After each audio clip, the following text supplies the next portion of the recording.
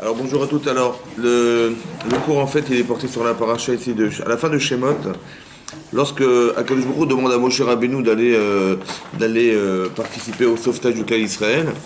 Donc il y a que finalement Moshe accepte, il accepte. Qu'est-ce qui va se passer lorsqu'ils vont aller voir Paro? Ils vont lui proposer d'aller sauver les Israël, donc de sortir les Israël d'Égypte. Et évidemment il va refuser de façon violente et il va donc demander à tous les gens qui participaient donc au Sherwood de demander aux Bnei Israël de rajouter du travail. Ça va, ils vont devoir rajouter du travail, c'est-à-dire d'aller chercher dorénavant la paille alors qu'ils étaient exemptés de le faire. Et sur ce, ils vont venir, les Bnei Israël vont venir, et c'est marqué là-bas, hein. Voilà, donc ils ont vu les choses d'Israël. Alors il est marqué Ve'ivgeu et Moshe et Aaron. Ils sont venus rendre visite à Moshe et Aaron. Donc on dit que c'est Datan Vavira, mais ils sont venus, comme ça dit Rashi. Ouais, parce qu'à chaque fois qu'on dit Nitzavim qui se tenaient debout, en fait c'était Datan Vaviram, qui étaient les deux Réchaïm du cas Israël connus. Les Kratam Bessalmer et Baou. Bayomrou et Aleem, ils leur ont dit Yireh Hashem Alechem. Hashem vous verra, Veishpot, Veishpot, et il vous jugera. Ouais, vous avez laissé une mauvaise odeur, on va dire comme ça, ouais, aux yeux de Paro, au Bene Avada et aux yeux de ses serviteurs, la tête Cherev Biadam, pour leur donner un sabre entre leurs mains, les Argenou pour nous tuer. Ça veut dire que quand vous avez été, bah, ça a été pire qu'auparavant, et donc vous avez carrément, c'était désastreux, vous avez laissé une image négative de nous, et vous leur avez tendu un sabre pour nous exterminer, quoi. Voilà ce qu'il a. Parce que vu le travail qui a été rajouté, on est arrivé on suffoquait, et là, tout à coup, on nous a rajouté du travail. Et sur ce, Moshe Rabbeinu, il va se retourner vers Hachem, va Yashov Moshe el Hachem, et Moshe se retourne vers Hachem, va Yomar, il lui dit, Hachem, Lama Areotala Amazé, pourquoi tu as fait du mal à ce peuple? Amazé chez l'Artani, pourquoi tu m'as envoyé? Oui, ça veut dire que j'aurais préféré ne pas venir. Ouais. Et un, je comprends pas pourquoi tu m'envoies. Et deux, finalement, tu as fait du mal à ce peuple. C'est effroyable comment il a parlé à Hachem, hein, tout en sachant que tout ce qu'avait fait Paro, bah, c'est Paro qui l'avait organisé. Je veux dire, et puis c'était d'un côté logique que ça se passe comme ça. Ouais. On voit que Moshe sort de ses gonds carrément. Il est incapable de se contrôler. Il va carrément porter une accusation, on va dire entre guillemets, contre Hachem, disant mais pourquoi tu as fait du mal à ce peuple? Mais Asbatiel Parot, depuis le jour où j'ai été voir Pharaon, les Daber Bishemcha pour parler en ton nom, et Rala Amazé. Il a fait du mal à ce peuple. Ve'atzel Uitsatan Amecha, et sauvé, tu n'as pas sauvé ton peuple. C'est dur quand même, hein. C'est dur ce qu'il dit. Ça va? Comment il ose parler comme ça? On a l'impression que c'est insolent, il est insolent. C'est une insolence. Vaomer Hachem le Moshe, sur ce Hachem va dire Moshe, Ata tirez-main, tu verras. Asher essaie les pharaons, ce que je vais faire à Pharaon, qui biad chazaka ishalchem biad chazaka et garishem merzo. Parce qu'avec une main forte, je vais les renvoyer, et avec une main forte, je les séparerai, je les chasserai de ce pays. Voilà ce qu'il a dit. Maintenant, comment comprendre le comportement de Moshe Rabbeinu? Comment vous comprenez ça?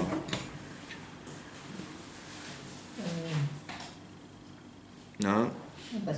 On perd ses moyens. Dans sa vie, on peut perdre ses moyens. Hein?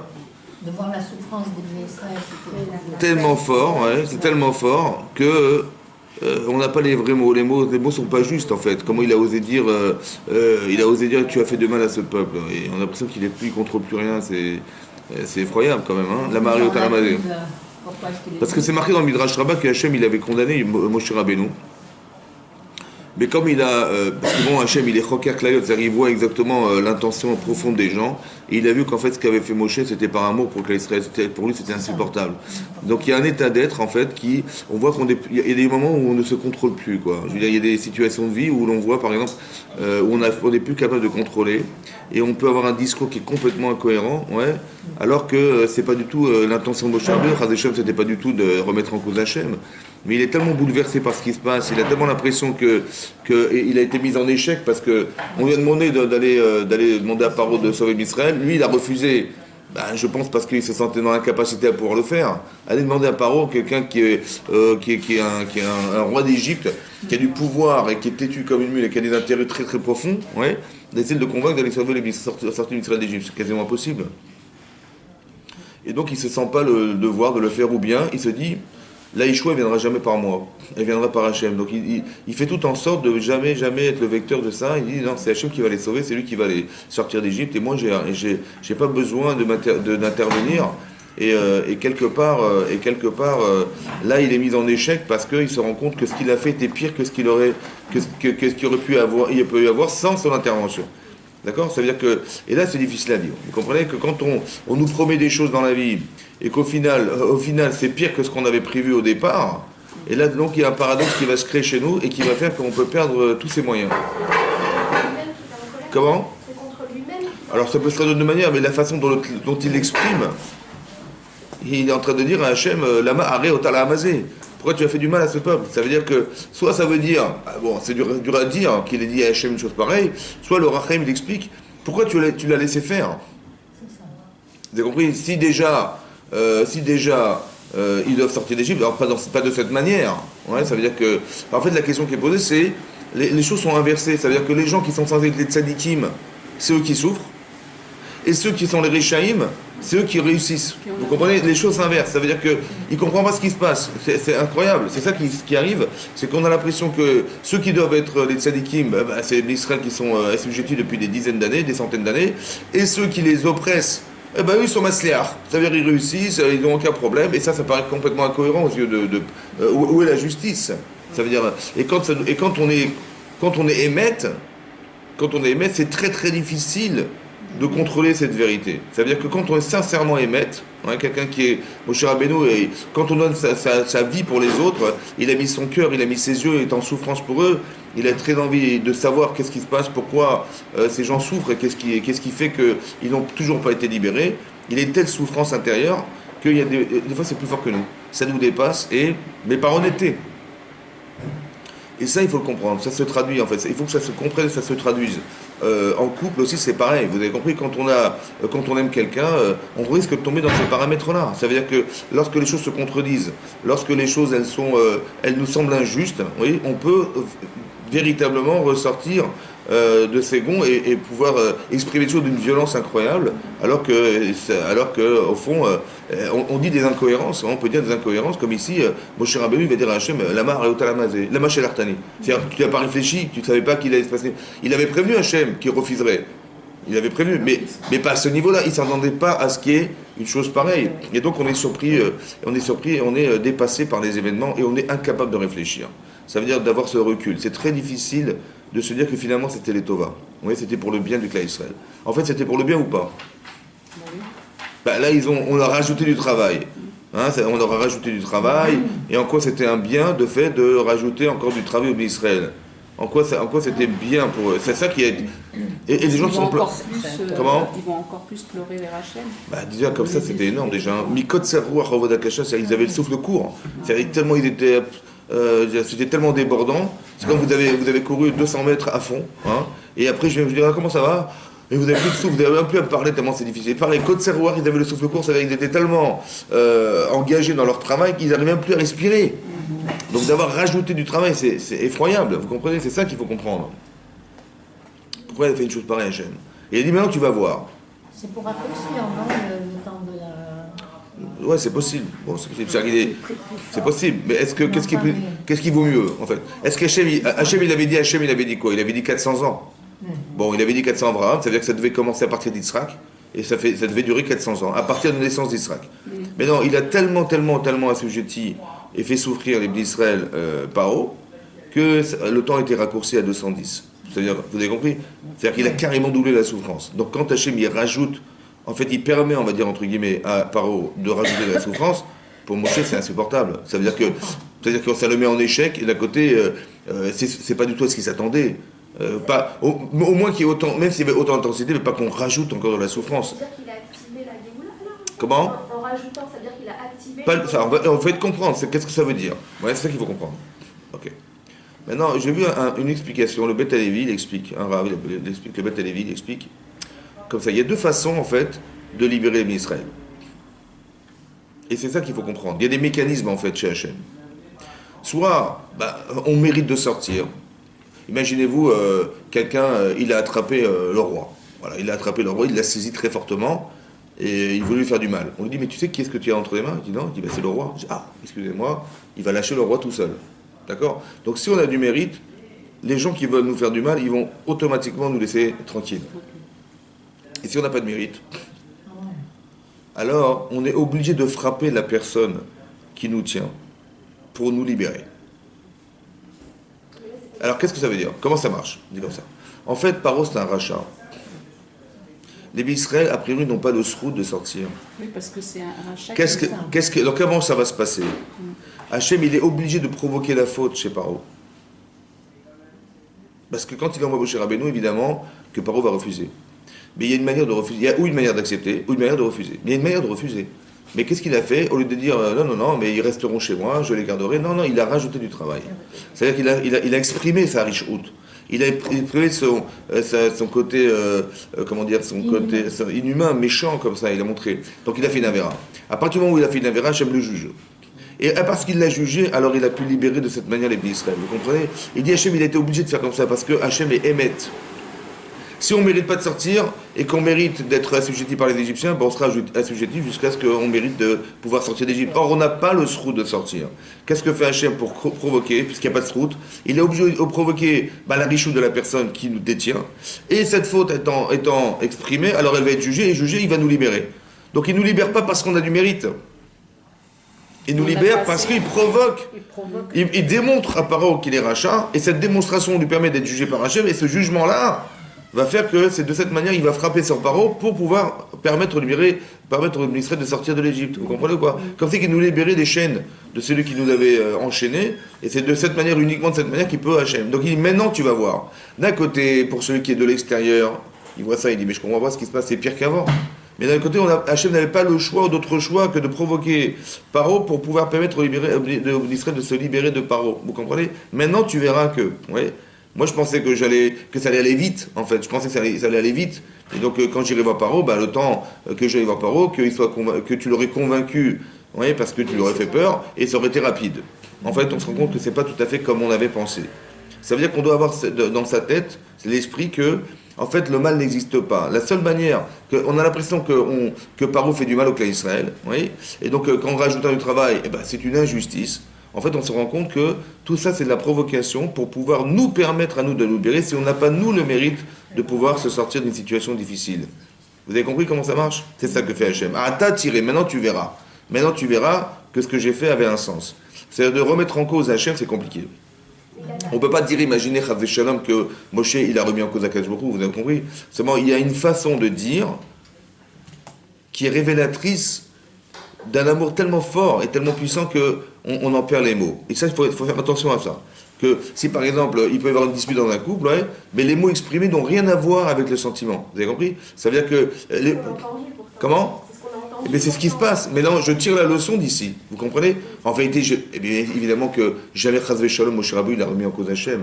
Seulement, il est tellement... il a tellement de peine, il est tellement estomaqué devant cette situation, et de voir que finalement tout ce qu'il avait imaginé, rêvé, ça ne s'est pas réalisé, qu'il est virulent. Vous comprenez? Cette virulence, en vérité on la retrouve dans le monde féminin, cette virulence. On le retrouve ici par exemple, plusieurs fois on a dit que quand par exemple Sarah, quand elle se rend compte que Agar se vante devant elle, parce qu'elle est elle tombée enceinte, et elle se vante en prétextant que la femme idéale, c'était elle et Abraham, pour Abraham, mais jamais Sarah. Donc elle veut couper le lien entre Abraham et Sarah. Elle devient virulente, quoi. Elle va voir Abraham et elle dit mais Hachem ishpot beni ubencha. Hachem jugera entre toi et moi. Ça veut dire juger, ça veut dire le condamne à la mort, quoi, carrément, quoi, vous comprenez? Mais d'où vient cette énergie, d'où vient cette virulence? C'est la peine qu'elle a eue. Oui, mais c'est féminin. Ça veut dire qu'on voit que c'est des femmes. C'est-à-dire elle devient virulente avec son mari. Parce que l'injustice qu'elle subit. Oui, mais c'est-à-dire qu'on peut être victime du émet, c'est ça qui est problématique. On a de telles vertus, on a de telles qualités, etc., que d'un côté c'est un apport extraordinaire, mais d'un côté on peut en être victime parce que c'est injuste ce qu'elle vit. Vous comprenez? Et donc par injustice, l'injustice pour elle c'est insupportable, elle va juger son mari et elle va dire à Hachem, Hachem te jugera. Et le maudit presque. Carrément. Ça veut dire qu'elle lui dit Hachem ishpot b'yometra. Elle est virulente parce qu'elle vit quelque chose. Parce que je vous explique. Quand une femme, elle se donne pour quelqu'un, comme ici, elle a fait un truc qui est insupportable pour une femme. Elle a dit de prendre une autre femme. Bien sûr. Comme depuis quand une femme, elle va proposer à son mari d'avoir une autre femme dans sa vie. C'est tout ça pour qu'il ait des enfants et que c'est un truc de fou, quoi. Donc elle se donne, ouais. Mais elle se rend compte que quand son mari, il reste indifférent à cette situation, elle dit mais mon mari, attendez, c'est injuste. Ça veut dire que Bah oui, c'est-à-dire qu'il a montré que quelque part, j'étais pas sa femme. Ou disons, j'étais pas assez sa femme. Parce que quand il entend dire un Dagar, elle se vante devant Sarah et Avram, il entend ça et il réagit pas, bah pour eux, c'est un révélateur de désamour, quoi. Ouais, ou alors, il a mis sur le même pied d'égalité Agar et Sarah, ce qui est impossible, vous comprenez? Et donc, elle, c'est quelque chose qui est plus fort qu'elle. C'est le laxisme. Oui, mais c'est plus fort qu'elle, vous comprenez? Et donc, elle va être virulente. Bah oui, hein. Oui, mais c'est ça. Les mecs, ils sont comme ça. De quoi? Les hommes, ils sont comme ça. Ils aiment pas prendre une position. Ben, c'est pas, ouais, c'est difficile. Mais les hommes, ouais, parce que d'un côté, C'est un peu lâche. c'est pas lâche. Non, je pense que c'est pas lâche. C'est comme l'inverse, c'est l'inverse. Par exemple, une femme. Par exemple, je sais pas moi, imaginez le beau-père de cet homme, il va se moquer de son gendre. Bon. Et on est à table et il se moque de lui, et il lui fait honte et le type il est gêné et puis il voit que sa femme ne réagit pas. Bon. Je vous ai fait l'inverse pour que vous compreniez que c'est aussi vrai. D'accord? Et que sa femme ne réagit pas. Et après, il vient vous voir, il dit, mais attendez, il dit, mais comment ça? Mais tu vois bien que j'ai eu la honte de ma vie, tu ne réagis pas à ma situation, tu dis pas à ton père, mais ça va pas, c'est mon mari, comment tu oses lui parler, tu dis rien. Et donc ça peut arriver dans les deux sens, vous comprenez? Mais pourquoi c'est un problème? Parce que c'est très compliqué pour une femme, dans ce cas-là, ou dans un homme, c'est pareil, de remettre en cause le kavod qu'on a de son père et le respect de son mari. Vous avez compris? Donc le manque de réaction, c'est pas Chas Shalom qu'elle aime moins son mari, ou que je sais pas quoi, ou qu'elle est indifférente à la situation, c'est qu'elle est embêtée. Autant que lui, c'est pareil. Que si elle a un problème avec sa belle-mère, hein, ou son beau-père, et que son mari n'intervient pas, il est embêté, parce que d'un côté, il doit kavod à ses parents, et d'un côté, il aime sa femme, et il sait pas comment faire. Et le problème, c'est le contrepoids. Ça veut dire que ses parents, ça fait 35 ans ou 25 ans qu'il les respecte, sa femme, ça fait 3 mois. Hein, et et il ne sait pas comment gérer ça. Bah oui. Là, d'un côté 3 mois, et de l'autre côté 35 ans, 25 ans. Comment je vais faire? Et donc le fait de rester indifférent, entre guillemets, de ne pas réagir, c'est un révélateur de problématiques. Et la personne te traduit que maintenant tu ne réagis pas au quart de tour, mais je comprends pas. Donc ça veut dire on fait des conclusions rapides parce qu'on imagine que si tu m'aimes, tu réagis. Et si tu m'aimes pas, c'est que tu réagis. Si tu réagis pas, c'est que tu m'aimes pas. On fait des raccourcis malheureusement. C'est un peu pareil. Ici, inverse. C'est-à-dire qu'il a tel attachement, Moshe Rabbeinu au clan Israël, il a tellement envie de la libérer, il a tellement envie que Hachem il lui a proposé cette situation et qu'il est le vecteur d'une Yeshua fantastique. Ouais. Il dit, mais. Et de voir que ça a échoué. Il dit, pourquoi tu m'as envoyé? Pour me faire de la peine? J'avais pas besoin d'y aller. Vous comprenez? Si c'était pour échouer et pour que finalement ça fait pire que ce qu'il y avait au départ, à quoi ça sert que tu m'aies envoyé? D'accord? Alors il faut comprendre que derrière, on peut être victime d'une situation à laquelle on est attaché. Et la frustration de voir que ça n'a pas fonctionné peut nous amener à dépasser l'entendement humain. C'est-à-dire qu'on est capable de dire des choses qui sont complètement inaudibles. C'est-à-dire qu'il va dire un lama aglotalamazé. C'est très important ce qui est marqué dans la Torah. Mais de le savoir, c'est important parce que je ne tiens pas compte de ce qu'il dit ou de ce qu'elle dit. D'accord? Parce que ce qu'elle dit, elle dit Hachem Mishpat Bimetra, c'est insupportable. Ou comme quand Rachel a dit à son mari, elle dit, je comprends pas, ma soeur elle a des enfants, les servantes elles ont des enfants. Elle dit à son mari, mais si je n'ai pas d'enfant, mais t'as un ori, je suis morte. C'est-à-dire que à quoi ça sert que je sois ta femme si j'ai pas d'enfant? Et Rachid expliquait, il dit, je comprends pas, ton père, il a prié pour sa femme, et par son mérite à lui, elle a eu des enfants, parce qu'il était tzadik ben tzadik. Moi, malheureusement, je suis une fille de Racha, mais toi, t'es un fils de tzadik. Pourquoi tu fais pas comme ton père? Vous avez compris? Donc, elle lui dit, si j'ai pas d'enfant, je suis morte. Et à cause de qui je suis morte? À cause de toi. À cause de toi. Bah oui. Vous avez compris ce qu'elle dit à son mari? Parce que c'est de ta faute. Parce que ton père, il a eu la conscience de la souffrance de sa femme, il a prié pour elle, mais toi, rien du tout. Et c'est vrai ce qu'elle dit. Comment? C'est vrai ce qu'elle dit. C'est vrai de l'extérieur. Alors qu'est-ce qu'il répond Yaakov à sa femme? Qu'est-ce qu'il répond à sa femme? Prie toi-même. Hein? Il dit comment elle s'appelait la future femme de Yehuda? Tamar. Va chez... Va chez ta mère. Non, c'est ta Tamar. Donc il n'a pas dit ça. Non, c'était une allusion en fait, c'était une allusion. Il a dit va allumer les veilleuses. Va les mettre en veilleuse. Alors... Non, c'est ça. Donc il a dit comme ça. Il a dit mon père n'avait pas d'enfant. Tandis que lui, il en a. Mais moi j'en ai. Ah ouais, c'est encore pire. Alors. Il aggrave sa situation. C'est ça. Alors c'est ce qu'on croit en fait. Il aggrave la situation. Comment il ose dire ça? Il dit moi mon père n'avait pas d'enfant, moi j'en ai. D'accord. En fait, il a dit comme ça. Il a dit comme ça. Pour ressentir, vous savez, un tzaddik, pour arriver à prier sincèrement pour la personne qui est en difficulté, il faut qu'il se mette dans la peau de la personne. Exactement. Tandis que C'est très très très difficile de le faire lorsqu'on n'est pas dans la problématique de celle qui est subie. Sa femme, elle n'avait pas d'enfant, il n'avait pas d'enfant, il comprend, il associe sa souffrance à la sienne, et là, ça marche. Mais quand un homme, il n'est pas dans la souffrance, vous avez compris ça? C'est-à-dire que tu demandes de prier Hachem. Mais moi, mon père n'avait pas d'enfant, mais moi, j'ai des enfants. Ça va? Et d'un autre côté, si Béhémet, je devais prier, Hachem, il aurait dû me priver d'enfants jusqu'à ce que tu en aies toi. Ouais. Oui ou non? C'est-à-dire que ni Rachel, ni Léa n'auraient dû d'enfants. Pourquoi? Parce que la nécessité que je souffre pour toi, comme mon père a souffert, j'aurais apporté ma prière, et là, elle se serait associée à la tienne, et on aurait gagné quelque chose. Mais manifestement, Hachem, c'est pas ce qu'il voulait, puisqu'il m'a donné des enfants. Donc, il attend la tienne. il attend que toi. Ne compte pas sur moi, c'est l'inverse. Il lui a dit, mais si tu comptes sur moi, tu n'y arriveras jamais. Vous comprenez pas? De la même manière que moi, j'ai des enfants, et je n'arriverai jamais à atteindre le niveau de souffrance de mon père, et d'atteindre ce niveau de souffrance pour pouvoir te permettre d'avoir des enfants, je n'y arriverai pas. Donc, et d'un autre côté, si tu dis, mais il y a une carence, c'est que mon mari, c'est un tzaddik, qui va prier pour moi, et grâce à Dieu, j'aurai des enfants grâce à lui, vous comprenez ou pas? En fait, il dit, non, ne compte surtout pas pour moi. Parce que si tu devais compter sur moi, j'aurais pas dû avoir d'enfant. Et si j'en ai eu, c'est que Hachem, il a décidé que c'est toi qui devais prier. Vous avez compris? Comme c'est qu'il l'a renvoyé sur ses obligations de femme, et que c'est que par elle qu'elle réussira la différence de Sarah et la différence de Rivka. C'est ça la différence, C'est oui. le même message que Elchanan. Mais ça veut dire que vous comprenez que quand on est hors de soi, on n'arrive plus à réfléchir. C'est-à-dire on est tellement absorbé par la situation et tellement bouleversé par ce qui se passe, parce que quand une femme n'a pas d'enfant, pour elle c'est insupportable. On n'est pas Ouais. objectif. Alors on n'arrive pas à se contenir. C'est ça. Il y a des émotions plus fortes que soi. Et donc il faut entendre ce discours. Vous avez compris, Yaakov, quand il entend ça, il pourrait être vexé de dire, mais comment elle ose parler comme ça? Mais moi, je suis pas mon père. Mon père, il sait pourquoi lui, il n'est pas capable de prier pour elle. Vous avez compris? Mais elle le sait pas. Et donc c'est difficile c'est difficile d'entendre ça et de se sentir condamné par sa femme et de malgré tout pouvoir lui expliquer pourquoi c'est pas possible. Il faut du recul. Ça veut dire qu'il faut être capable, à la fois, c'est ça qui est très compliqué dans la vie, d'être investi dans les valeurs, mais de ne pas être victime des valeurs. Vous comprenez? Vous cherchez la vérité. Ouais, par exemple, Moshe Rabbeinu, il se donne à fond pour essayer de sauver le peuple d'Israël. C'est vrai. Mais d'un autre côté, quand ça ne marche pas comme il a pensé, tout à coup, il perd les pédales. C'est-à-dire qu'on devient victime de cette vérité. Ou d'être faculté, ou d'être ce projet qu'on s'est donné, d'arriver à l'objectif qu'on s'est donné, c'est-à-dire de ici dans sauver Israël, d'avoir des enfants, je ne sais pas, vous comprenez?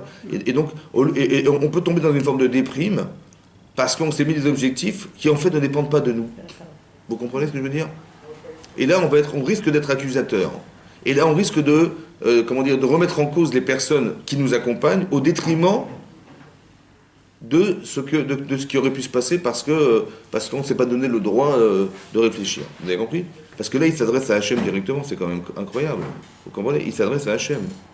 Hachem qui est la vérité absolue, quoi. Il lui dit, pourquoi tu m'as envoyé? Et Hachem pardonne parce qu'il sait qu'au fond de son cœur, c'est pas contre lui.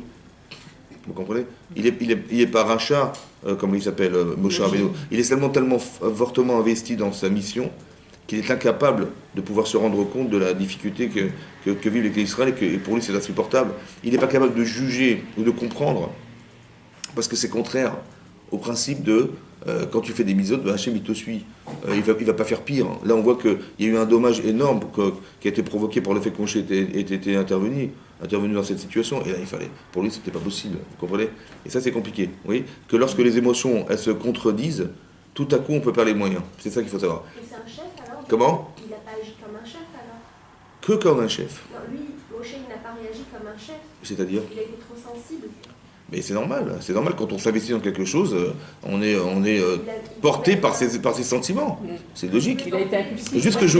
Juste que le but du cours, c'est d'expliquer qu'on peut en être victime. Et donc on doit connaître ses limites. C'est ça qui est très important. Il y a des fois des fonctions qui sont remplies dans un couple, en tant que femme ou en tant qu'homme, et on se donne un objectif commun, etc. Et quand on voit que finalement, ou son mari ou sa femme n'a pas atteint l'objectif, on peut être virulent contre lui ou contre elle. Et c'est parce que, mais c'est l'inverse de ce qu'on croit, c'est par amour, c'est par désir d'obtenir quelque chose ensemble. Et le Yetzer Hara, il s'amuse ici avec ça aussi. Vous avez compris? Que toute occasion qui est là, présente, pour pouvoir faire qu'il y ait une fracture qui va se créer, c'est l'occasion de jurer pour lui. Elle va s'exercer. Vous avez compris? Il va l'utiliser contre nous. Et ça, il faut faire attention. Vous avez compris? On peut de façon virulente aller détruire ce qu'on a construit ensemble. Parce que déçu à la proportionnelle de ce qu'on a construit. Vous comprenez? Si on n'a rien fait ensemble, on n'a rien fait ensemble, donc si ça n'a pas marché, c'est pas grave. Mais quand on est partie prenante pour atteindre quelque chose de très haut, et qu'au final, ça n'a pas fonctionné, et souvent on va accuser celui qui n'a pas joué son rôle, alors qu'en vérité, derrière, il y a une chorma derrière. Vous avez compris? C'est toujours, encore une fois, c'est toujours l'interprétation qu'on en fait qui est grave. À chaque fois que vous voyez que vous devez interpréter une situation, tant que je ne sais pas pourquoi, je n'interprète pas et je ne dis pas c'est comme ça. Parce que dès l'instant où je dis que c'est comme ça, je juge, finalement, je ne suis pas certaine ou certain que c'est exactement ce qui s'est passé et c'est exactement ce qui s'est réalisé. Alors c'est vrai que ça paraît logique, oui, que logiquement, Moshe, Hachem, il aurait dû éviter que Paro il rajoute du travail. Parce que si tu me demandes de partir, demande à Paro de libérer Israël, logiquement, on aurait dû avancer, qu'il aurait dû avoir moins de travail. Déjà moins de travail pour envisager la Géoula un jour. Mais déjà, soulage ton peuple, déjà, c'est la moindre des choses. Ouais. Et là, on voit qu'il a fait exactement l'inverse, Paro. Et ça, c'est insupportable. Vous comprenez? Et donc, c'est ça qui va faire que les choses se contrôlent. Il y a comme un court-circuit entre la situation espérée et la situation vécue, que, tac, on perd les gonds et on perd ses moyens. C'est ça. Et donc, il faut laisser, comme si on devait laisser une part d'Irat Shamaïm. C'est-à-dire, je n'ai pas compris, je sais que je ne suis pas censé tout comprendre, et donc je laisse une part de doute, et cette peur de me tromper va permettre de libérer la frustration que pourrait provoquer l'interprétation que j'ai eue de la situation.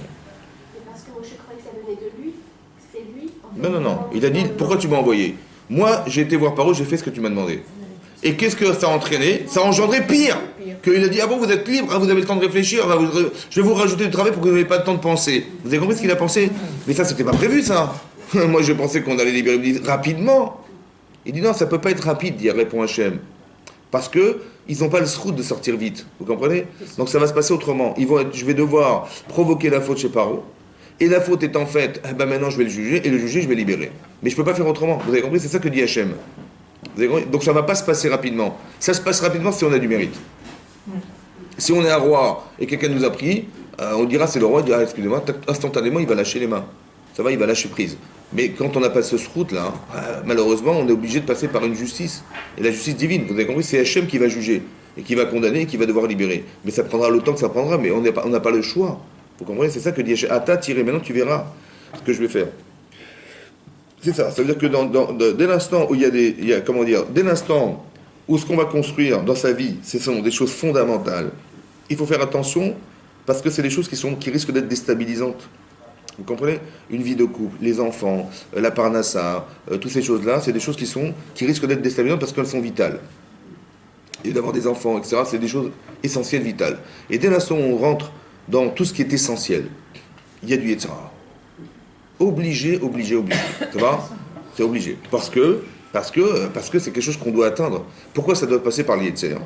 Pourquoi il doit y avoir une lutte? Pourquoi il doit y avoir une lutte contre ça? Parce que pour être conscient de ce qu'on va atteindre, il faut qu'il y ait une opposition. Ça va? Et dès l'instant où il y a quelque chose qui s'oppose à ce que vous devez atteindre, c'est là que vous savez ce que vous risquez de perdre, et c'est là que vous savez ce que vous allez gagner. Ce qui compte, c'est la conscience qu'on construit dans sa vie, mais pas la connaissance qu'on a des événements. Ça va? Tu dis, voilà, je sais que les Israéliens vont sortir d'Égypte. Bon, c'est une information. Mais est-ce que tu ressens vraiment ce que tu dis? Est-ce que tu te rends compte de ce que ça veut dire la Yeshua? Est-ce que tu te rends compte alors on va te priver de cette liberté. Et là tu vas dire, tu vas porter plainte, tu vas dire mais qu'est-ce qui se passe et tout. Et quand on dit voilà on t'a libéré, waouh, vous avez compris? Il y a comme une sorte de privation qui est organisée pour pouvoir permettre à la personne d'avoir conscience de ce qu'elle a gagné d'avoir. Hein? C'est ça. Par exemple, on avait dit il y a plusieurs exemples dans la Torah. On a dit la fois dernière, on a dit quand Hachem fait exprès de ne pas inviter Aaron à Cohen, ni un des chefs de la tribu des Kohanim, pour aller inaugurer le Misbéach, bon, il fait exprès. D'accord? Bon, manifestement, Aaron à Cohen, il a de la peine. Il dit, attendez, ils ont invité chaque chef de tribu, mais nous, on ne les a pas invités. Les Kohanim, on n'est pas invités, nous. Et ni moi, ni un Cohen. Il a eu de la peine. Il y a plusieurs façons de réagir en se disant, si Dieu il n'a pas voulu, il n'a pas voulu. Bon, j'accepte. Parce que moi, je suis un Yerushalayim, si Dieu, Hachem, il veut pas, il veut pas. Ou alors il va se dire, j'ai sûrement fauté et j'ai pas mérité, j'ai fait le veau d'or, j'ai participé au veau d'or, et Hachem, il est pas content, il m'a dit, je veux pas te voir. C'est possible. Mais tout ça, c'est faux. Vous comprenez? Tout ça, c'est faux. C'est de l'interprétation. Il t'a dit quelque chose, Hachem? Non. Mais tu dis, bon, bah, s'il m'a pas invité, il y a un flou. Qu'est-ce que tu mets dans le flou, toi? Il dit, ben, s'il n'a pas voulu, il m'a pas invité, c'est qu'il n'a pas voulu. Ça va? C'est comme ça que je traduis ça. Parce que j'avais tellement envie, il m'a pas invité, donc parce que j'ai pas mérité. Ça va? Ou bien parce que, je sais pas moi, parce que, ou j'ai pas mérité, ou bien parce qu'il est fâché, ou bien, comment vous dire, c'est moi donc j'ai fait le veau d'or, ou bien que Hachem il a pas voulu, donc j'ai absé, je suis ma mine, s'il veut pas, il veut pas. J'ai pas compris, mais c'est pas grave. Hein. Non, Hachem il voulait l'inverse. Il voulait que tu aies de la peine. Parce que la peine est révélatrice du désir. Si on t'avait été comme tout le monde, t'aurais dit, bah c'est normal. Non, on ne voulait pas que ça soit normal. Il voulait que tu sentes ce que tu avais à gagner d'être présent avec eux. Ah, on t'a enlevé ce plaisir. Alors c'est là que tu as conscience de ce que tu aurais pu gagner d'être là-bas. Ah, tu as fait ça, alors je te donne la menorah. Vous comprenez? Hachem, des fois, il nous prive de certaines choses pour qu'on ait la conscience de la valeur de ce qu'on avait à gagner d'être. Et ça nous permet de passer à l'étape suivante. Donc il a fait exprès, vous comprenez ou pas? C'est pareil. Que là, la Géoula ne va pas se faire comme ça. Vous avez compris ici? Elle va se faire que, aussi en expliquant que ça ne va pas se passer comme tu crois. Pourquoi? Pour deux raisons. Un, pour que l'intensité que tu vas mettre dans la prière de rien avant Moshe Rabbeinu, ça ne sera pas la même. Et deux, que ça ne se passe jamais comme on veut.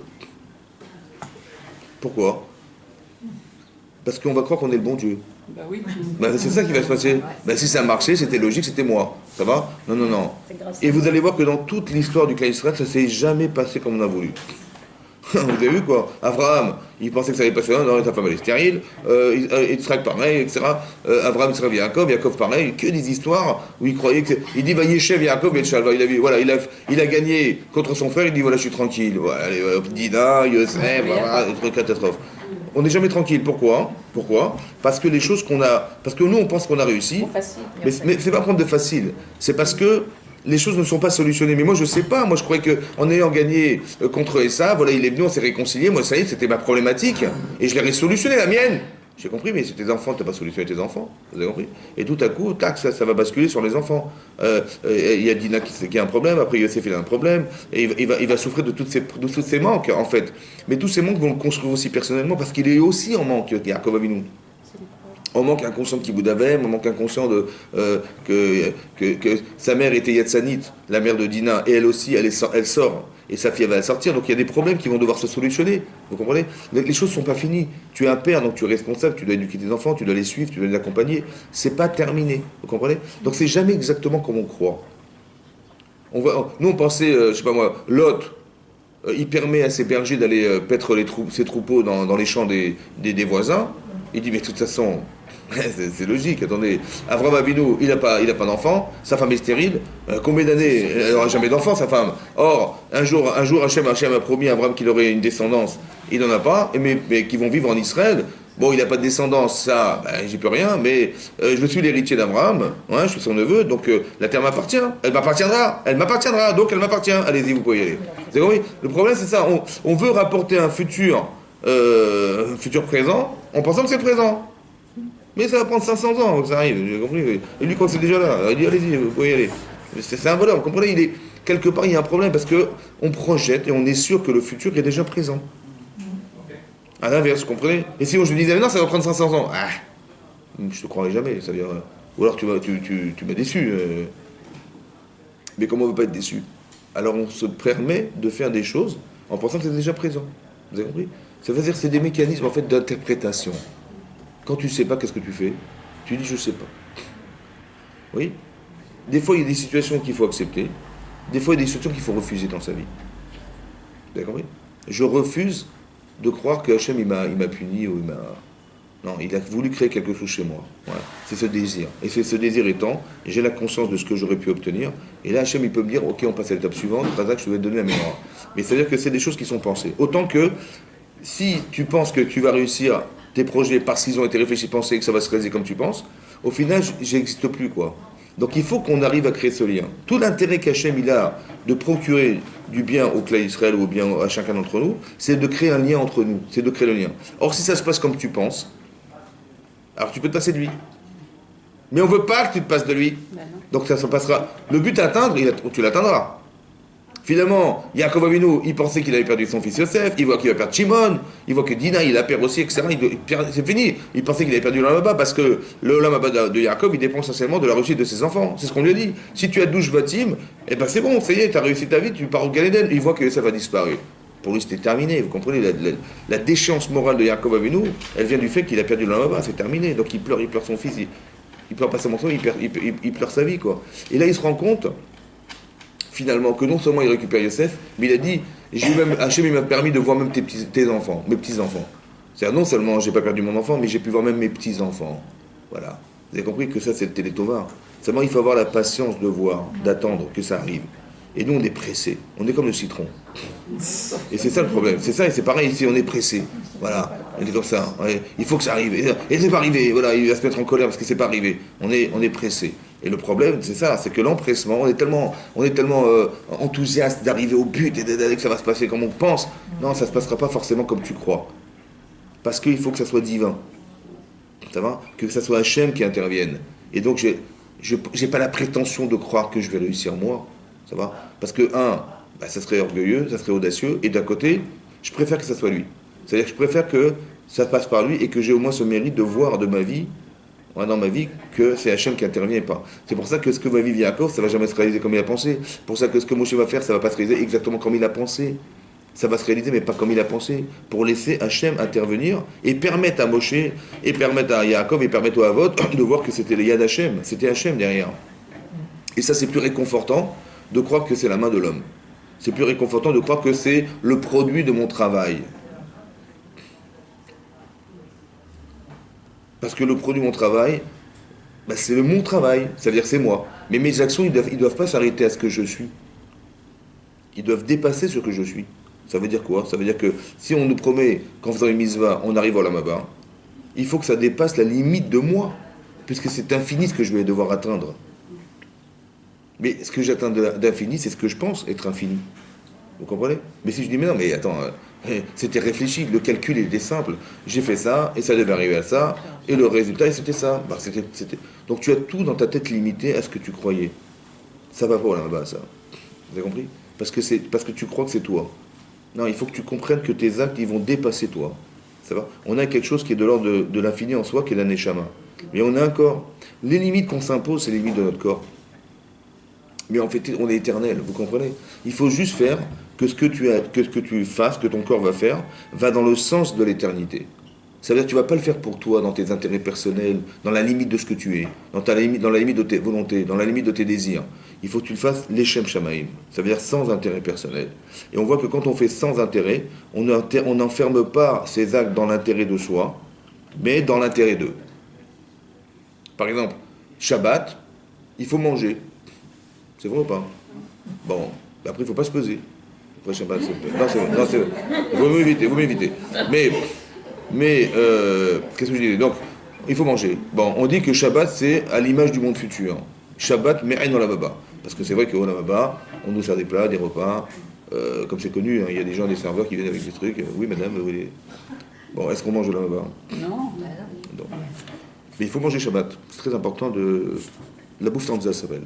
Il faut manger Shabbat. Maintenant, pourquoi il faut manger ? Et il ne faut pas manger un repas. Il faut manger 3 repas. Voilà. Mais attendez, si on vous dit que Shabbat, c'est à l'image du monde futur. Moi, j'aurais pensé qu'il fallait faire des télim toute la journée. Il fallait s'attacher à Hachem, il fallait faire du moussard, il fallait tuer la Gemara, il fallait faire la prière toute la journée. Et surtout pas manger, pas manger, évidemment, on aurait jeûné toutes les journées de Shabbat. Oui, parce qu'on est spirituel quand même. Le Shabbat, c'est spirituel. Et on voit que c'est pas du tout ce qu'on fait. On fait l'inverse. Le Ronex, du plaisir. On mange, allez, vas-y. Bon, après on a du mal avec sa jupe parce que c'est vrai, il faut dire la vérité. Et donc c'est un problème. Comment ça se fait ? On s'arrange, on se maquille, on s'arrange, on fait des plats spéciaux. Mais c'est l'inverse de ce qu'on aurait dû faire. Oui ? En vérité, pourquoi c'est comme ça ? Parce qu'on voudrait qu'on atteigne le Olam Haba. Mais celui qui nous en empêche, celui qui met la limite, c'est notre corps. Ouais. Le Yetzer Hara, c'est lui qui nous met des limites, en fait. Quand l'interprétation qu'on fait dans la vie, elle ne vient pas de votre neshama. L'interprétation, c'est la limite. Quand une personne est frustrée, c'est la limite. entre le corps, entre le spirituel et le physique. Spirituellement, ben, évidemment que je vais réussir spirituellement. Hachem m'a dit, on va sauver Israël. Eh ben, je rentre dans ce projet spirituel. Mais quand je vois que Paro il me dit, non, on va rajouter du travail, il y a un contraste entre le spirituel et le physique. En vérité, le contraste, c'est quoi? Ben, c'est moi. Mon corps, il me dit, mais attends, ça va pas ou quoi? Moi, j'ai adhéré, et ma Neshama a dit, mais moi aussi. Et il y a un court-circuit. Mais c'est mon corps qui me pose problème. Parce que, pourquoi tu m'as envoyé? Vous avez compris? Voilà. Pourquoi tu m'as envoyé? C'est pire qu'avant. Et cette frustration, c'est la contradiction entre le physique et le spirituel. Ça va? Maintenant, comment je vais faire que mon corps il va adhérer à ce que je ressens? Comment je vais faire que mon corps il va adhérer à ce que je ressens?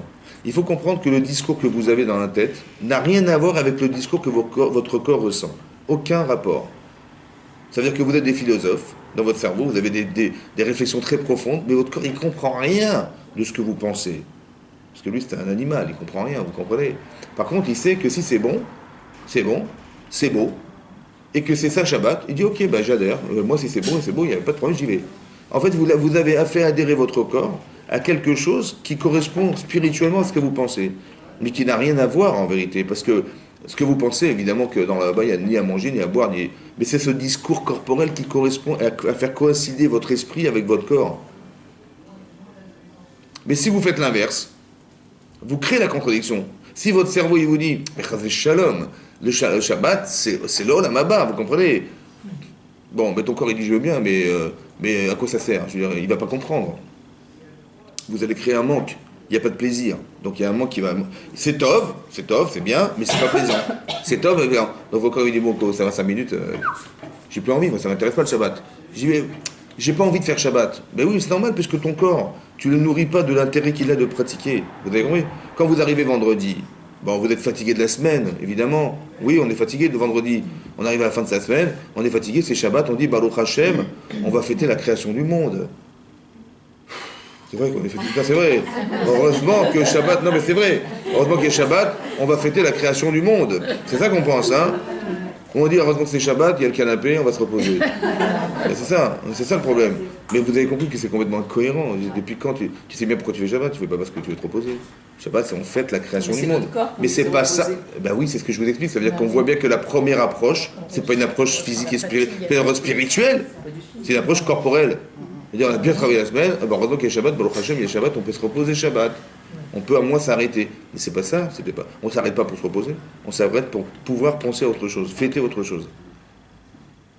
C'est comme je dis, je vais arriver au mariage de mes enfants, je vais dire, ah Baruch Hashem, on va bien manger. Ben, franchement, attendez, le traiteur, on a bien payé. Et quand les gens vont venir nous dire Mazal Tov, je vais dire, allez danser, laissez-moi manger. Ah bah oui, c'est normal, attendez, on a payé. Mais non, on a payé. Il faut laisser tranquille. Et c'est l'inverse, vous comprenez? C'est tellement spirituel. Même pas on a pensé à manger. Et puis Darba Flou, ça nous a coûté quand même. Bah oui, mais on regarde pas l'argent, on regarde la spiritualité. Et là c'est l'inverse. C'est l'inverse. On se dit, mais tiens, heureusement qu'il y a Shabbat, on va se reposer. Vous avez compris? Mais ça veut dire que ce paradoxe, il vient du fait que nous sommes contredits par nous-mêmes. Parce qu'on a un gouffre Neshama. Alors comment ça s'arrange? Comment je vais faire que je ne sois pas contredit? Il faut que le discours que mon corps a besoin d'entendre, il soit comblé, qui n'a pas forcément de lien avec ce que tu penses. Mais c'est une sorte de manipulation pour arriver à faire qu'on coïncide. Oui, c'est ça, coïncider les deux. Pour ça que Shabbat, il faut manger. Mais pas parce qu'il faut manger. C'est parce que ce discours, il te permet de créer le lien entre ton cerveau et ta tête. Entre ton cerveau et ton corps. Voilà. Il y a une tendance corporelle qu'il faut savoir, elle existe, cette tendance corporelle. Et donc cette tendance corporelle, soit ça l'intéresse, soit ça désintéresse. Et ton cerveau, il risque de suivre cette tendance corporelle. Donc pour que ton corps, il adhère à ce que tu penses, ou que ton tête, elle adhère à ce que tu ressens, eh bien, il faut faire coïncider. Mais tu vas bien manger. C'est ça, Shabbat. Ah, super. Ah, il n'y a pas de problème, super. Ah, si ça fait plaisir, super. Mais qu'est-ce que tu as fait? Tu as fait coïncider le plaisir et le bien. Le plaisir et le bien. Super. Super. Coïncidence. Tu vois? Et c'est ça. Vous avez compris? En vérité, mais quand je vais manger, je ne vais pas manger parce que la pkaïla, c'est super bon. C'est vrai que c'est très bon. mais je vais manger par plaisir de fêter quelque chose. Vous avez compris ou pas? Donc quand je mange par plaisir de fêter quelque chose, si je mange, je dis, ah, heureusement que Shabbat, la Kaïla, la Dafina, super, ma femme, elle sait super bien la faire, on va bien manger. Bon, mais tu manges pourquoi? Ben, je mange parce que c'est bon. Mais pourquoi tu manges? Ben, parce que j'avais faim. Vous avez compris? J'ai mangé parce que j'avais faim. C'est la limite de ce que j'ai créé, c'est moi. Ça, c'est pas le Shabbat, ça. C'est pas Olam Haba. Olam Haba, c'est que tu manges parce que le plaisir de fêter quelque chose, la création du monde. Donc tu manges au service de quelque chose. Tu fais un acte qui paraît limité, mais qui t'en va être dans ta tête illimité. On sanctifie le Shabbat. Mais c'est ça que ça veut dire. Ça veut dire que c'est ça le Shabbat et c'est ça le Olam Haba. Il faut que dès dimanche, tu arrêtes de croire que tes copines, elles sont là pour te rendre service. Non, c'est toi qui vas pouvoir utiliser tes copines pour pouvoir faire que la fraternité va exister, l'amitié va exister, le fait d'être amical, c'est Sacha qui de faire du chesed. C'est ça. C'est un argument fort pour pouvoir faire que, et pas dans ton intérêt personnel. Heureusement que j'ai une copine qui travaille à la mairie, si on cherche des appartements, je ferai appel à elle. Et si elle n'était pas à la mairie, je n'ai pas besoin d'elle. Vous avez compris? Non, c'est pas ça. On ne fait pas par intérêt, vous comprenez? Il n'y a pas de relation intéressée. Il y a une relation qui fait que Hachem il crée des liens entre les personnes pour justement faire que qu'est-ce que je peux amener, qu'est-ce que je peux faire. Oui, je dépasse la matière, je dépasse. C'est ça le monde futur, de réfléchir comme le Shabbat. La nourriture, elle n'a de sens que pour arriver à habiller entre guillemets la pensée. Voilà, parce que ça répond à quelque chose de corporel et à la fois je l'utilise au service de. Je prends du plaisir pour Hachem. Vous avez compris? À l'inverse, dans la Vera. Quand Achashverosh, il a demandé au peuple d'Israël de participer au festin, bon, il a fait Kadat, Enones, Kadat. Il a fait comme la religion. Ça veut dire, il a pris des rabbanim, des mashgirim, tout est cachère. Bon, c'est le roi qui nous invite. On est coincé là. Pourquoi on est coincé? Ben, d'un côté, c'est. On ne peut pas dire non. Mais d'un côté, mais c'est fantastique, tu te rends compte, le Kiddush Hashem, il nous a invités, il a fait cachère et tout, on dit, il faut qu'on aille. Mordechai, il dit non, n'allez pas.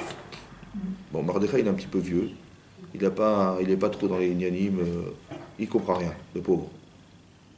Donc on a été. Mais qu'est-ce qu'on a vu? Qu'est-ce qu'on a fait? On a pris du plaisir à voir quelque chose qui est antinomique à ce qu'on aurait dû être. On a pris du plaisir à l'inverse de ce qu'on aurait dû être. Wow, on va enlever ça maintenant. Ben, c'est ça le problème. C'est ça qu'il n'allait pas. Il vaut mieux ne pas y aller. Je dis, mais attends, mais on va créer. Mais attends, tu te rends compte, c'est un affront. Ouais. Et donc ça va développer l'antisémitisme. Mais ça, c'est ce que tu crois, ça. Mais donc Hachem, il t'a mis là-dedans, mais tu crois que c'était ça qu'il avait pensé, Hachem? Que c'était un prétexte pour te détruire? Avant, tu penses vraiment? C'est dur ce que je vous dis. Vous savez, là, il y a un paradoxe. Entre d'un côté, le roi t'invite, et toi, tu vas refuser d'y aller. Pourquoi? Parce que spirituellement, ce que tu vas voir va te détruire. Tu dis, mais tu vas prendre du plaisir à voir quelque chose qui te détruit. Vous avez compris ce qui va se passer? Ton corps, il dit, mais vas-y, fonce. Et puis d'abord, ça se fait pas. Tu vas pas refuser, ça se fait pas. Et d'un côté, on va rentrer dans le jeu. Et d'un côté, on va rentrer dans le jeu, ça veut dire qu'il y a de la subtilité derrière. Mais Mordechai, il a dit, ne rentrez pas là-dedans. Et c'est à cause de ça qu'on a donné de la force à Aman, et Aman a voulu nous exterminer. Parce qu'on a été piégés, on fait comme si on était cadenassés. Entre le plaisir qu'on a tiré de ce qu'on a pu voir, et ça nous a détruits. Alors qu'est-ce qu'on a dû faire? On a dû jeûner. Ça veut dire se débarrasser de ce qu'on a mangé. Et après qu'on soit débarrassé de ce qu'on a mangé, alors là, on peut refaire, comme si on était la personne qui avait oublié d'être celle qui était la première, et on peut reconstruire quelque chose d'autre. Un peu comme à Kippour. On va jeûner de ce qu'on a mangé, vous comprenez? De ce qu'on a mangé de mal. Et on va faire teshuva et on va changer. Et vous avez compris ce qui se passe? Ça veut dire que c'est le même phénomène. Pour dire que, des fois, il y a des situations où on prend du plaisir, mais elles sont interdites, ces situations. Et c'est ça qui est difficile. Quand ça plaît pas, on n'avait pas le choix, on a fait une bêtise, mais c'était pas plaisant, on n'avait pas le choix. Bon, il n'y avait pas le plaisir, donc c'est moins difficile à se débarrasser de quelque chose qui a été fait par plaisir. Vous comprenez? C'est ça qui est compliqué. C'est pour ça que, depuis quand? Parce qu'on participe à un festin, on est condamné à mort. Je veux dire, c'est Minachem, c'est pas possible. Vous comprenez? Que c'est autre chose que ça. C'est d'expliquer que quand on a pris du plaisir à vivre quelque chose qui est l'antithèse de la Torah, c'est ça qui nous tue quelque part, vous comprenez? Quand on dit, vous savez quoi, vous allez voir des vins de votre âge. Bon, vous allez, le sol est de marbre avec des pierres précieuses. Vous allez sur des sièges en or. Qu'est-ce qu'on veut nous montrer? On veut nous montrer. Mais c'est là que ça se passe. Vous comprenez? C'est là que ça se passe toute ta vie, de concentrer sur Ramazé. C'était la politique de Achashverosh. Quand il demande à sa femme de venir se présenter au ministre, tu crois que ça l'intéresse elle, la pauvre, va venir mal habillée il s'en fiche d'elle, vous comprenez? Ce qui compte, c'est le prestige qui va... Sa femme, c'est un bibelot, vous comprenez? C'est ça, sa femme. Et quand il aura condamné à mort sa femme, il va la regretter. C'est marqué dans le texte. Mais pourquoi il regrette quoi? Sa femme. Hein? Il y a marqué Rachid, il regrette quoi? Il regrette sa femme. Ben oui. Non, il regrette sa beauté. C'est ça. Vous imaginez Éthiopia? Le Waouh, super quelle sensible. catastrophe! C'est ça que je vous explique, vous avez compris? Mais ça, c'est la source, ça. C'est ça l'invitation, c'est ça le projet. Mais ça, c'est l'antithèse d'Hachem, ça vous avez compris? C'est ça qui nous détruit, en fait. C'est de croire que ce qui compte, c'est la façade. Mais non, il y a le gouffre et il y a la neshama. Il faut que ça soit, que tu vives ce que tu ressens. Il y a quelque chose de spirituel dans l'image que tu revois. Il a regretté sa femme, sa beauté, mais quelle horreur. Il a regretté, il y avait une photo là-bas, et la pauvre, elle s'est déchirée, la photo. Vous avez compris? Nous, c'est ça qu'on refuse. C'est-à-dire qu'on a un corps, mais on a une neshama. Vous avez compris? Dans toute chose, il y a un corps et il y a une neshama. Et c'est ça le problème ici, c'est que quand Moshe Rabbeinu, il voit que finalement, il y a plus de mal qu'au départ, etc. Mais ça, c'est l'image que ça renvoie. Il faut faire attention de ne pas tomber dans l'image. D'avoir peur de tomber dans l'image. D'avoir peur de tomber dans l'interprétation d'un événement. Parce que l'interprétation, c'est soit Yetziratot, c'est Serra. Mais j'ai peur de me tromper. Alors je laisse les événements me parler. Vous comprenez ce que je veux dire? Je laisse la personne m'expliquer. Parce que j'ai peur de me tromper. Parce que je sais que dès l'instant, ça paraît logique, il y a un silence que j'interprète, mais c'est moi qui interprète. Et ce que j'interprète est logique. Le Yetzirah est logique. Quand il dit à Abraham, tu as quand même pas tué ton fils. Bon, et Dieu t'a dit de tuer, mais attends, c'est pas possible, Dieu il ne peut pas demander de tuer un enfant. C'est interdit de tuer, ça va? Et puis il t'a promis une descendance. En le tuant, cet unique enfant que tu auras, tout ce qu'il a dit était logique. Vous comprenez? C'est logique. C'est logique, humainement. Donc il faut répondre à Sarah, c'est logique, humainement. Mais spirituellement, ça veut dire quoi spirituellement? Ça veut dire, je sais ce que je dois penser moi, mais est-ce que ce que moi je pense, c'est ce qu'Hachem pense? J'en sais rien. Alors laisse-moi l'écouter. Vous avez compris la différence? Parce que c'est de l'interprétation humaine. C'est toi qui crois. Tu dis, mais il y a un flou. Ben, qu'est-ce que tu mets dedans? Ben, logiquement, c'est ça. Tu as raison, logique. Mais est-ce que ta logique, c'est sa logique? Ah, j'ai peur. Quand j'ai peur, qu'est-ce qui se passe? J'ai peur de me tromper. Tout à coup, la peur, ça dégonfle. Vous avez compris? J'étais, comment dire, comme ici dit, comme on avait expliqué, Avraham Avinu, Yaakov Avinu, il arrive le matin, après s'être marié avec soi-disant Rachel, il se réveille le matin, il voit que c'est Léa. Oh là là. Il y a un petit problème là. À la mairie, c'était bien, j'ai pas rêvé. Bon, tu te rends compte la frustration émotionnelle de fou qu'il a? Bon, et Rachel a dit, je vais tout expliquer.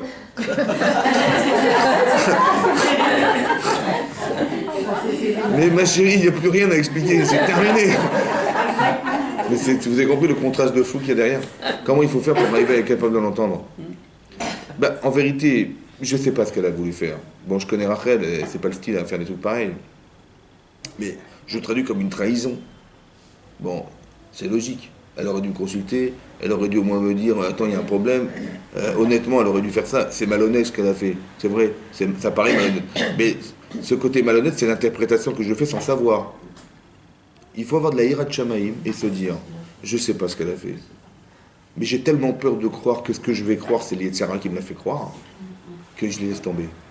Parce que, écoutez-moi bien, la frustration que j'ai, est tout à fait, elle est coordonnée par une émotion qui est liée à l'interprétation que je fais. Mais si elle ne m'a pas trompé, j'ai pas de raison de me frustrer. Vous avez compris? Que ma frustration est suspendue à une interprétation. J'ai peur de croire que ce que j'ai pensé était vrai ou était faux. J'ai peur. J'ai peur de croire que c'était faux. Alors je laisse m'expliquer. Parce que quand j'ai peur, ça enlève une émotion forte contre moi. Vous comprenez ou pas? J'ai peur, la hirat shamayim, j'ai peur de me tromper, j'ai peur que ce soit, j'ai peur d'avoir été manipulé, j'ai peur d'avoir été manipulé. Alors je vais laisser, bon, alors explique-moi, vas-y, je t'écoute. Je peux l'entendre, je suis libre de l'entendre. C'est-à-dire qu'il faut être capable de contrecarrer une forte émotion, mais à la proportionnelle de la ira. Ah oui, c'est si j'ai pas peur de ce que je me dis, mais attendez, 100% c'est ça, faut pas exagérer, 100% c'est ça. J'ai compris, tu as raison, 99% c'est ça, mais est-ce que 100%? Est-ce qu'elle t'a dit ce qu'elle pensait? Mais puisque ce que ta frustration va dépendre essentiellement de ce qu'elle va te dire, bah laisse-la dire. Alors je vais laisser dire. Vous avez compris ce qui va se passer? C'est comme ça, la crainte de ne pas être suspendu à ce qu'on croit. de ne pas être suspendu à ses émotions, de ne pas être suspendu. Et c'est énorme ce qu'il a dû vivre. Parce que le plus beau jour de sa vie, brisé, parce que cassé, complètement cassé, le plus beau jour de sa vie, vous avez imaginé l'émotion. Mais en vérité, le choc émotionnel, c'est un choc que le Yetzer Hara, il a proposé à la proportionnelle du résultat qui est derrière. Parce que quand il va se marier avec elle, le Israël va démarrer, vous comprenez ou pas? Le Yetzer Hara, il va s'acharner? Il va s'acharner pour l'empêcher? Évidemment. Évidemment. Mais pourquoi c'est tellement violent? C'est très fort. Parce que ce qui va gagner est très fort. C'est là que je sais le baromètre. Donc quand il y a un gros Yetzer Hara, C'est que de l'autre côté. c'est ce que vous allez gagner à vous calmer est proportionnel. Vous comprenez ou pas? C'est là que je sais. Moi, je sais rien. Moi, je connais pas ma vie. Mais je le sais en fonction du Yetzer. C'est mon repère. Que si c'est pas un petit Yetzer Hara, il n'y a pas grand-chose à gagner. Mais s'il y a un très très gros Yetzer Hara, surtout dans les couples, hein, ça chauffe, hein. Bah, ça bouillonne. C'est pour ça qu'il faut baisser le feu. Il faut baisser le feu. Ça risque de brûler. Mais c'est sûr, ça risque de brûler. Il faut pas rajouter du bois non plus. Hein. D'accord, c'est ça. Donc c'est un révélateur. C'est un révélateur de grandeur. C'est-à-dire que je vais gagner à être une femme mariée et pas l'inverse, le soi-disant c'est aux interprétations. Ce qui se passe dans tous les exemples que je vous ai donnés, c'est ça. C'est-à-dire que traduire une frustration, ça va? Soit c'est vrai, soit c'est faux. Si c'est vrai, il s'est trompé, ben, j'ai par amour pour mon mari, ben, je vais l'aider à s'en sortir. Ouais, donc l'amour est plus fort que la peine. Ouais. Et pas que la peine, que l'amour soit victime de la peine. Vous avez compris? Comment il a osé faire ça? Comment etc. Tout ce que j'interprète, mais il m'aime pas mon mari, je sais pas quoi, on s'invente des trucs, mais quelque part, c'est par frustration amoureuse qu'on a fortement entamé cette relation, parce que c'est pas normal, parce que c'est pas quoi, et moi je m'engage, pas toi. C'est un peu comme Sarah, vous avez vu, Sarah, comme Rachel, elle dit mais j'ai pas d'enfant, je suis morte. C'est-à-dire, écoute, si je suis mort, c'est ta faute. Tu m'as tué, voilà. C'est mon mari qui m'a tué, au lieu de prier comme son père, il prie pas, il m'a tué. En fait, elle lui fait un ultimatum. Mais par frustration de voir que mon mari, il joue pas son rôle de mari, je suis désolé. Alors qu'en vérité, il a sa logique, t'as la tienne. Tu sais pas ce qu'il pense, hein. Tu écoutes ce qu'il va te dire, il va t'expliquer pourquoi. Et c'est exactement l'inverse de ce qu'elle a cru. C'est un truc de malade, vous comprenez? Elle dit, mais mon mari, il est même pas comme son père, il n'ose même pas prier, alors que c'est un fils de tzaddik, moi je suis pas fils de tzaddik, et il n'ose même pas prier pour moi, c'est normal ça. Il va lui expliquer pourquoi c'est pas normal. Vous avez compris? Voilà. Il faut avoir la lucidité de se dire, j'ai peur de me tromper. D'accord? D'un côté, je sais ce que je vais gagner à m'énerver, et je sais ce que je vais perdre. Parce que ce que je vais perdre, c'est que je vais frustrer mon mari ou ma femme, et d'un autre côté, ce que je vais gagner, c'est que je serai soulagé d'avoir dit ce que je pensais. Donc entre le désir de dire ce que tu penses, et la frustration que tu vas essayer de réparer parce que maintenant monsieur il est comme ça, et que tu lui as mis une étiquette dessus, et que lui il est vexé, je sais pas quoi, allez va rattraper ça maintenant, va. Vous avez compris? Et quand tu vois ça, tu dis, on va se calmer, hein, c'est mieux, vaut mieux le dimanche. Et donc il va se calmer, faire un peu de sport, Et donc c'est pour ça que ça permet de relativiser les choses et de dire, de mettre en balance. Mais quand on y a réfléchi avant, ça permet d'appréhender ces situations. Que là ça sent mauvais, là, vous comprenez? Ça sent mauvais, donc je vais me calmer. Je sais que je vais perdre dans cette histoire. Je connais mes limites, donc je me calme. C'est ça que je voulais vous dire. Chazakou. C'est pour ça qu'on sert du thé à table, là, c'est pas une fausse. On se thé, non c'est. Ah, parce qu'on.